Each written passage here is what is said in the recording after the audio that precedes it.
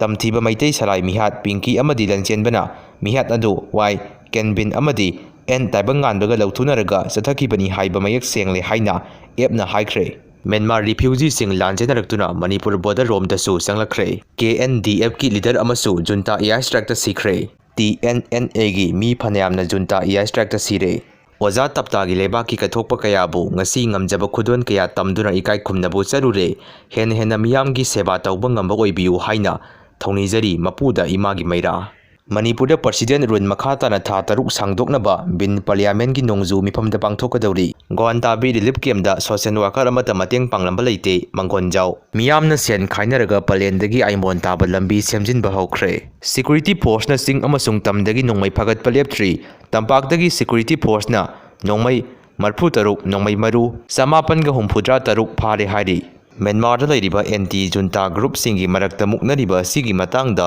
Mizoram gi semna PM Modi ga khanna nainakre Haryana gi Nuhada iskun sing thingjinkhre internet service kakthat khre